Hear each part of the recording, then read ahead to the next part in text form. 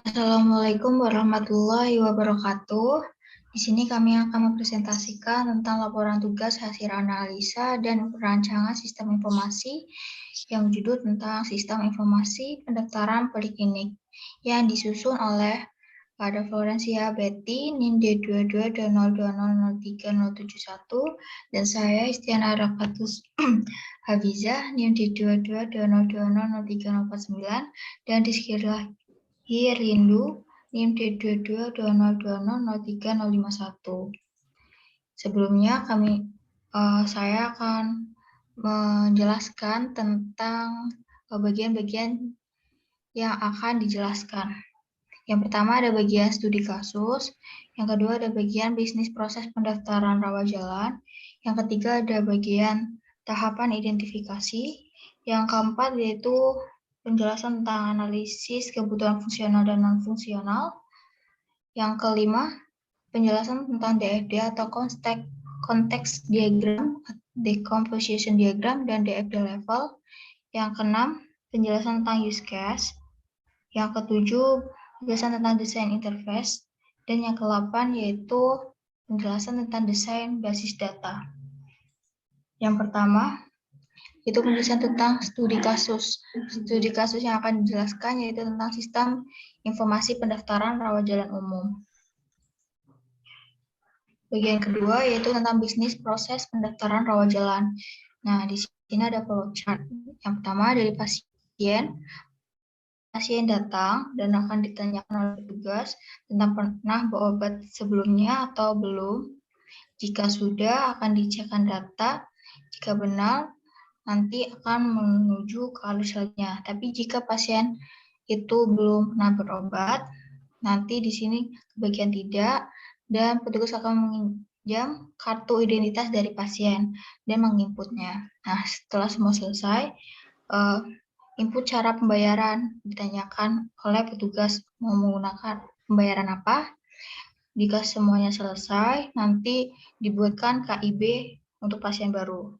Nah, jika semua dari proses registrasi sudah selesai, petugas akan mengembalikan lagi kartu identitas dan memberikan KIB dan menuju selanjutnya yaitu mengarahkan pasien ke poliklinik.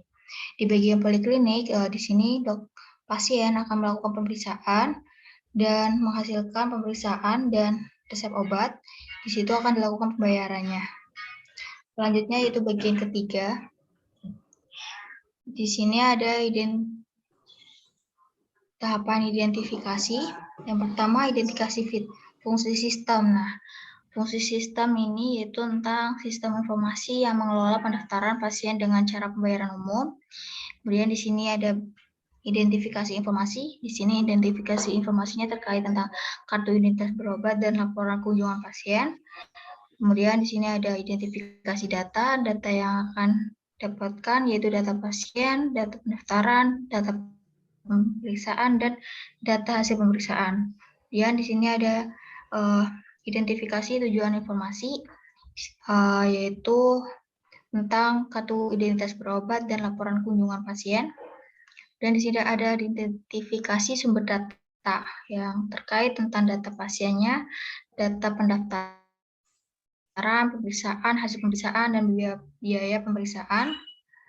Kemudian tentang identifikasi perilaku, yaitu seperti ada pasien, petugas pendaftaran, dan dokter. Dan identifikasi proses mulai dari pendaftaran, pemeriksaan pasien, sampai pelaporan.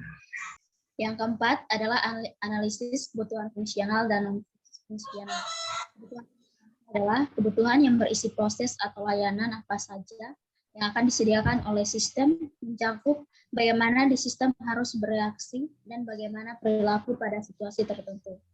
Sedangkan kebutuhan non-fungsional yaitu kebutuhan yang menitik beratkan pada properti perilaku yang dimiliki sebagai batasan layanan atau fungsi yang ditawarkan seperti batasan waktu, batasan pengembangan proses, dan standarisasi, dan lain-lain. Yang kelima adalah DFD atau konteks diagram, decomposition diagram, dan DFD level. Yang pertama adalah konteks diagram yang berisikan data identitas dan data pasien. Di sini pasien akan diminta keterangan data mengenai identitasnya, misalnya nama, alamat, dan lain-lain. Di situ pasien akan mengisi IP yang berisikan identitas pasien, misalnya nama, nanti ditulis IP. Setelah itu akan dilakukan proses untuk mengeluarkan KIP. Setelah itu akan menjadi laporan kunjungan pasien. Setelah itu, laporan kunjungan pasien akan diserahkan kepada pemimpin rumah sakit.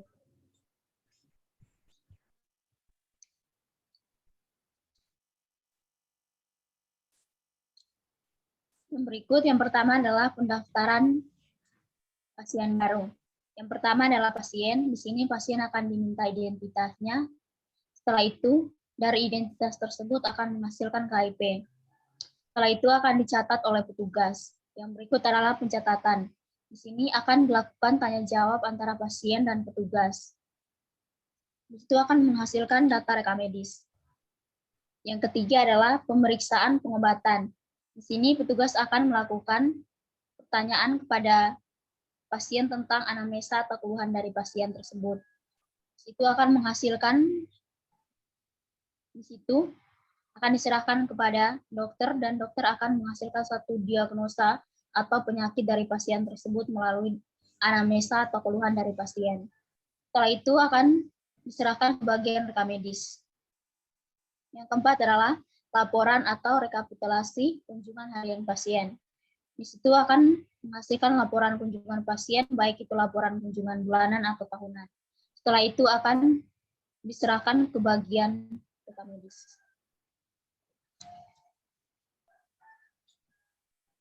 Yang keenam adalah use case. Use case adalah diagram yang menjelaskan sebuah interaksi antara satu atau lebih aktor dengan sistem yang dibuat. Diagram use case digunakan untuk mengetahui fungsi apa saja yang ada di dalam sebuah sistem dan siapa saja yang menggunakan fungsi-fungsi tersebut.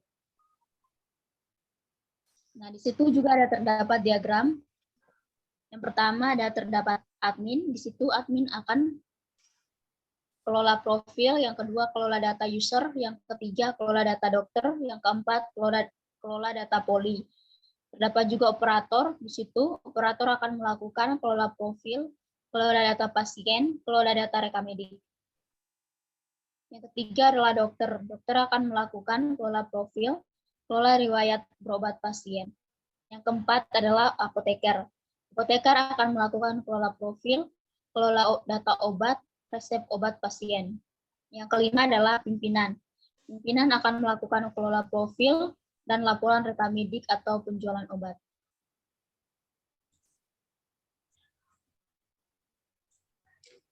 Selanjutnya yaitu desain interface. Untuk tampilan yang pertama ada pendaftaran.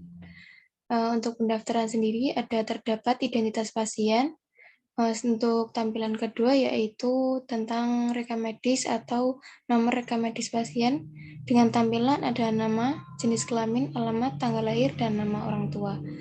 Selanjutnya yaitu ada register untuk pasien baru juga. Dan untuk yang keempat yaitu ada pemeriksaan di bagian poli yang akan dituju. Untuk selanjutnya ada desain basis data. Yang A itu ada ERD. Untuk ERD sendiri ada pasien. Setelah itu pasien akan melakukan pendaftaran dan pendaftaran tersebut akan diinputkan oleh petugas, lalu